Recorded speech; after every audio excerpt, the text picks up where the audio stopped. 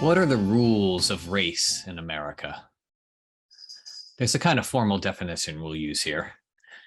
Race is a classification system of human beings on the basis of culturally defined, biologically transmitted group characteristics.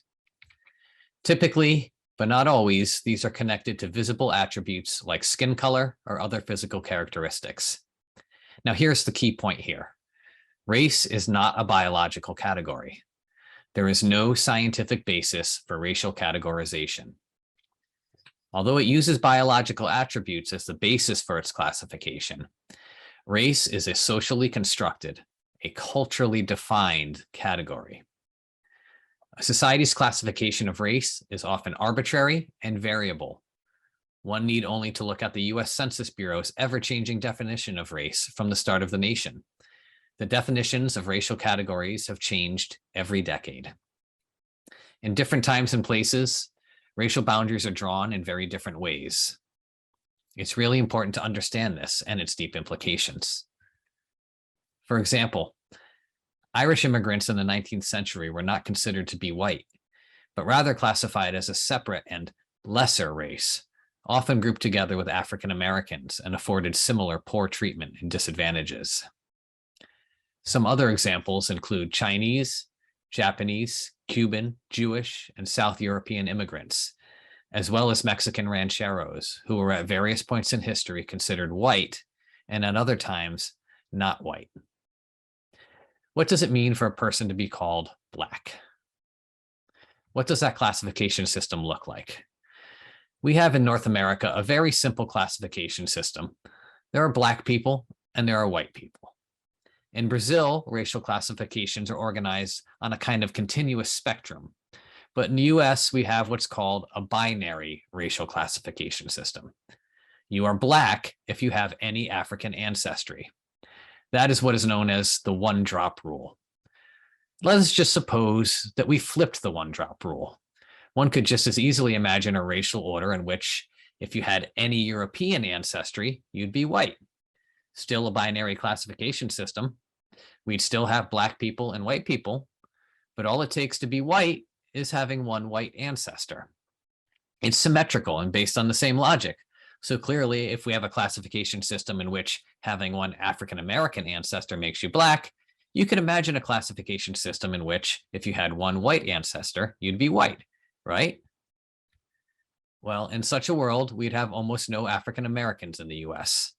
Virtually all Black people in the United States, unless they are recent immigrants from Africa, but anyone who's been an historic African American whose family has been here for a few hundred years has some white ancestry, and thus they would be classified as Euro-Americans, not Afro-Americans. We would not have had a Black president. If you recall, Barack Obama has a white mother. This really shows the arbitrariness and the cultural construction of the classification system itself. There's nothing natural, nothing given in the biology that would lead you to classify people as Black and white on the basis of having any African ancestry. So why such a harsh and rigid racial classification system in America? Well, the origin of that racial classification system was bound up with a particular kind of social relationship: slavery.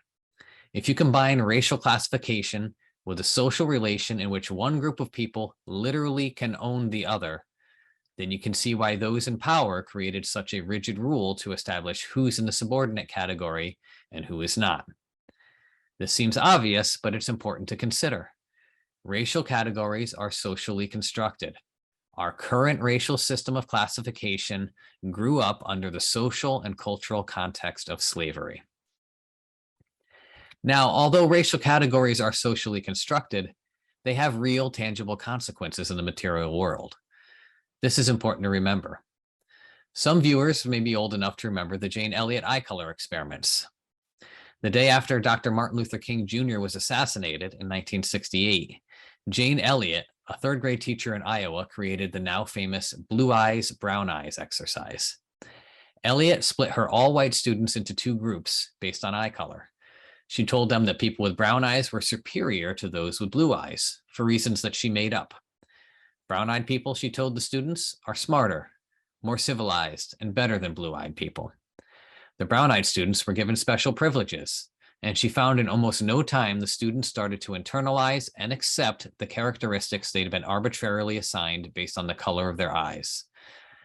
The differential treatment led to differences in academic performance, with the advantaged group doing better on schoolwork and tests than the disadvantaged group. So while the category was made up arbitrarily, the effects were real because of the different ways where people were treated based upon that classification system. So just to recap, race is a classification system of human beings on the basis of culturally defined, biologically transmitted group characteristics.